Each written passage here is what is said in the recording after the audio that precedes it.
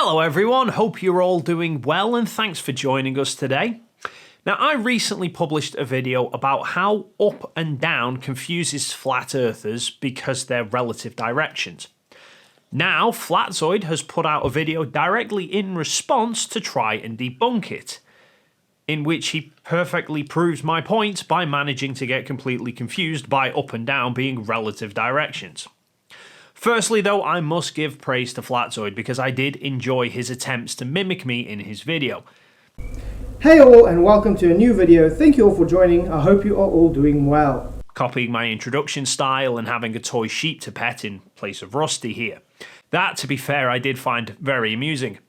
Don't worry though, this video is not going to be me mimicking Flatzoid, mainly because I can't be bothered doing a 4-hour live stream to address a 10-minute video. Now, the basic premise of my original video is that the Earth itself has no singular top or bottom. Standing at any point on a globe, sea level appears to curve down and away from you, which means from your reference frame, you're at the top of the Earth.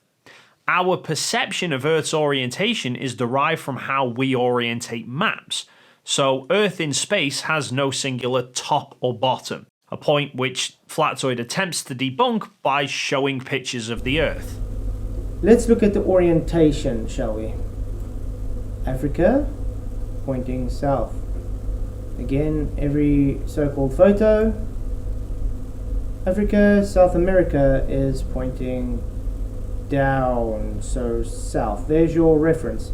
Funny how he manages to avoid the photos where Earth is shown in a different orientation, such as the shot from the time-lapse of the moon passing in front of the Earth, or the famous Earthrise photo taken from Apollo 8, which is showing the north and south poles pointing out to the sides of the image. Even more hilarious though is the fact that the original scan actually had the Earth orientated what we would consider to be the correct way up. They've used the moon as the reference frame, which has then completely changed the orientation of the Earth. Now, many of the photos which clearly show a lot of landmass are orientated to conform to our perception of the Earth. Perceptions which we have based off modern maps. Modern maps have been around for centuries, whilst photos of the Earth have only been around for a few decades. Hence, often they orientate the photos to match what the maps portray. Ancient maps were orientated in many different ways, and for many different reasons.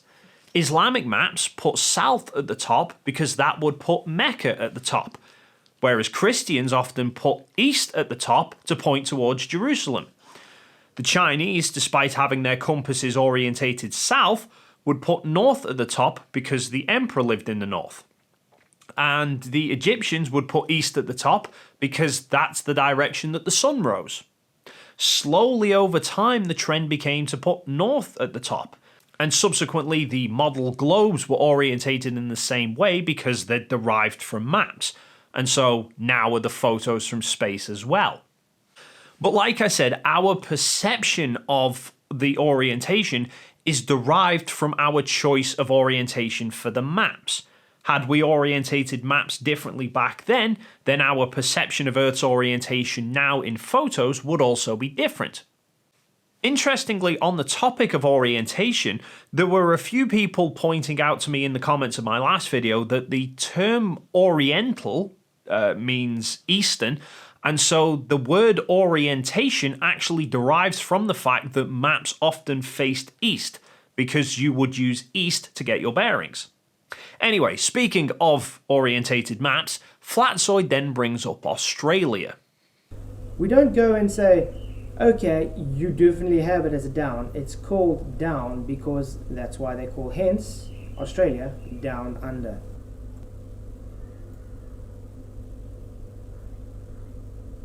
Surely if the Earth were flat, it wouldn't be the land down under. Wouldn't it be the land near the edge? Yes, Australia is referred to as the land down under, because the way we orientate maps puts it near the bottom of the globe model, or near the bottom of an atlas. And speaking of Atlas, a quick shout out to Atlas VPN, who are sponsoring this particular video.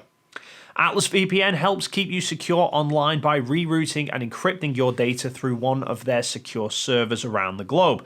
This prevents people from tracking your IP activity or accessing your data whilst you're surfing the web. You can install the software on unlimited devices, not just on your PC, but also Android, iOS, Linux, and even Fire TV devices, so you can keep your whole family safe. I've been using Atlas VPN now for quite a few weeks, and I frankly had no idea just how many trackers are around, even on the most common of websites, and it was able to detect and block these whilst I was online. There's also the breach scanner tool, which allows you to check your email addresses to see if any website logins have been compromised. And the other great feature of the VPN is you can select which country your data is being rerouted through. So if you want to access content on a website that isn't available in your country, you can trick it into thinking you're viewing it from a different country. And if you use my link down below, you can not only pick up a 3-year subscription for less than $2 a month, but you'll also get an extra 3 months on top absolutely free. And all available with a full 30-day money-back guarantee if you're not completely satisfied. So why not head on over and check them out today? Cruise ships on the equator are sat sideways and don't magically fall off.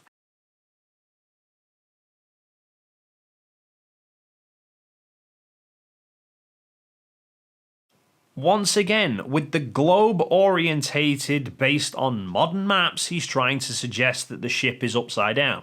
Except the term upside down literally means that an object's upside is pointing down.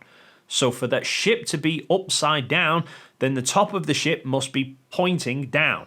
Except down is towards the floor, a point which Flatzoid actually agrees with. Up is just away from the floor and down is towards the floor. What a way to state the obvious, genius. Put an object on the other side of the world, then the ship would be considered upside down from the perspective of that object. But then the object would be upside down from the perspective of the ship. Just like if you had two people floating in empty space and they were top to toe with each other, then each person would see the other one as being upside down because they are their own reference frame. Yet neither would know who was really up or who was down, or even if they were up or down at all. They could be sideways. They've got no frame of reference to know. But Flatzoid argues that you must have an up and a down in space because of the ISS. The problem with that is, which one is the true down and which one is the true up? Think about that for a while. Because we have video footage where astronauts in the ISS are always trying to rearrange their orientation while they are falling in 0G. So that kind of debunks the argument that you do not have any up and down in a 0G environment, or in this case, space. Once again, struggling with the concept of reference frames. One of the tours of the ISS actually covers all of this. Either a wall, a floor, another wall, or the ceiling. But, you know, again, all you have to do is turn yourself and your reference changes. You can see that the computers are all set in many different directions because there's no singular up and down.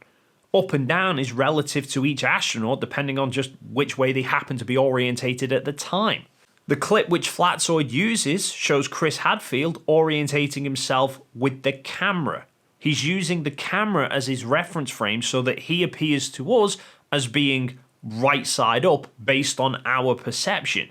Yet, despite Flatzoid agreeing that down is towards the floor, he's still adamant that the Earth must have an orientation and so must have a top and a bottom. Because if you can show that the astronauts are always trying to correct the orientation, you have an actual up and down. No one is saying things should fall off at the bottom of your globe. The reason they say this is to make fun of your globe. Because your globe has to have an orientation. Hence why you have your 23-degree tilt. That means it has an orientation. That 23-degree tilt is based on a 90-degree angle. hence up and down. The Earth has a tilt of 23.5 degrees compared to its ecliptic plane. The ecliptic plane is the plane on which the Earth is orbiting the Sun. So if the Earth's axis of rotation were perpendicular to this plane, then the Sun at high noon would always be above the equator. However, the axis of rotation is 23.5 degrees off this perpendicular, which is the Earth's tilt, and what causes the change in the Sun's position at noon throughout the year. That isn't an absolute up and down because that's presuming that our orbit of the Sun is an absolute horizontal, when in actuality the solar system is travelling through space almost perpendicular to our orbit around the Sun. But then, are we spiralling through space horizontally or vertically? No one knows because we don't have a frame of reference. What is the top of the Earth? Mount Everest peak is the highest altitude above mean sea level. Oh dear. Everest is said to be the top of the Earth in terms of elevation above sea level. So Flatzoid's trying to argue that the Earth has one specific orientation and thus a singular top and bottom, and yet he's managed to argue that the North Pole is the top of the Earth, and yet so is Mount Everest. He's just proving my point that what we consider to be up and subsequently the top of things is depending on the frame of reference that we're using, so there can't be an absolute top and bottom to the Earth. And that is going to draw this video to a close. As always, please feel free to leave your thoughts in the comments down below. While you're down there, if you enjoyed this video and you haven't already done so, then please consider hitting the like and subscribe buttons. And once again, thank you to Atlas VPN for sponsoring this video, and don't forget to check out their amazing offer down below. And then hopefully, we'll see you in the next video.